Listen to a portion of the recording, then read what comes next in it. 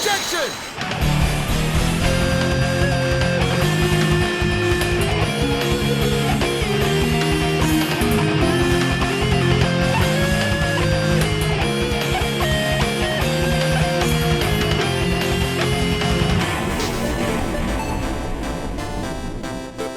Hello, everypony! Today, we once again return to the G5 Set Your Sail comic series with issue number 3. In the previous issue, Zip was questioning Queen Calla Lily and Princess Anemone on how weird they've been acting towards her, as Pip and Izzy continue to tag along with the trench ponies to help clear their name and broadcast their message across the sea. Issue number 3 immediately picks up with Zip and Izzy still with the trench ponies, where we learn how the creatures of the deep have been listening to Pip's music, which are through these jellyfish-like creatures called tentacles, which are a pretty creative substitute for radios underwater. And I touched on this before, but I do like the design of this underwater kingdom, utilizing the natural elements like sand and coral to construct the various structures and general decor, using creatures like lanternfish as chandeliers or sea urchins as headphones, which would probably be uncomfortable to most, but hey, I still applaud the ingenuity in creating this underwater world. Moving on, so in the previous issues, we were introduced to the magical artifacts known as anchors, which originally resided in each of the 7 undersea kingdoms, with Calla Lily now possessing 6 of the 7,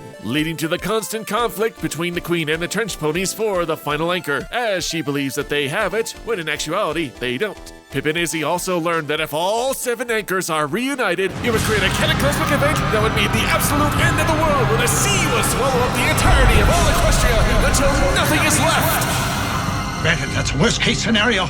Now, something that wasn't clear in issue number 2 was how exactly Calla Lily used her ersatz enchantment to hide all her various issues. But thankfully, we do finally see how she uses this enchantment, wherein she creates these imperfect illusions around the kingdom, which are indicated by this blurry cross-hatching effect, which does look kinda cool, and does help identify to the reader what exactly are the fakes. Anyway, back to the main story. The best aspect about this series is how it paints neither the trench ponies nor the queen as villains, and rather just sea creatures who are just trying to survive. The trench ponies, though intimidating in appearance, are eccentric but good fellows who have lost much of their possessions in this conflict with the queen. Yeah, they technically kidnapped Pip and Izzy, but things have gone so out of hoof that it makes sense that they would attempt such a desperate gambit to bring in a third party to influence the masses and hopefully remove the shadow of fear and doubt surrounding them. Plus, they do have legit grievances with the sparkling sea, as the crew of the Galloping Ghost became orphans struggling day to day due to this ongoing conflict. On the other side, the queen and her sister have not only been deceiving Zip, but the entire kingdom as well, leading it to slowly breaking down.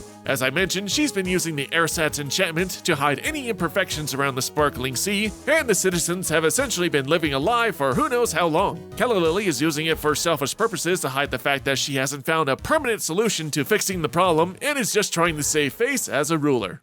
I'm the government, I'm the government, I'm the reason nothing works.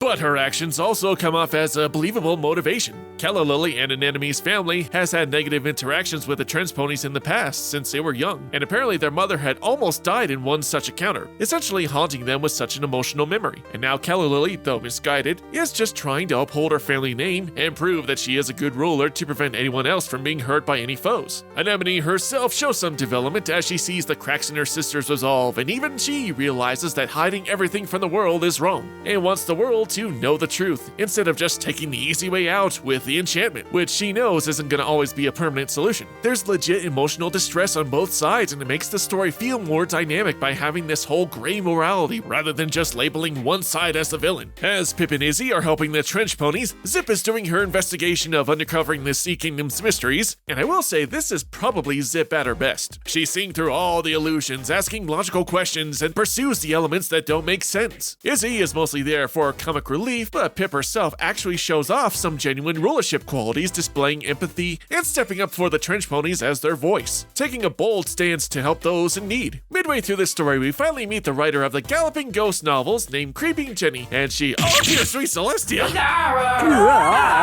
Holy crap, that's nasty! Well, I didn't expect that. But in all honesty, she actually has a decent design, and it helps that she's a squid, as it makes her stand out from the other crew members. We don't get too much from her personality-wise, other than her being an eccentric old squid lady. Meanwhile, back with Zip, the queen locks her away in her guest room, but that doesn't last for long, as she attempts to escape. I'm breaking the window! Swear to God, I'm gonna break it!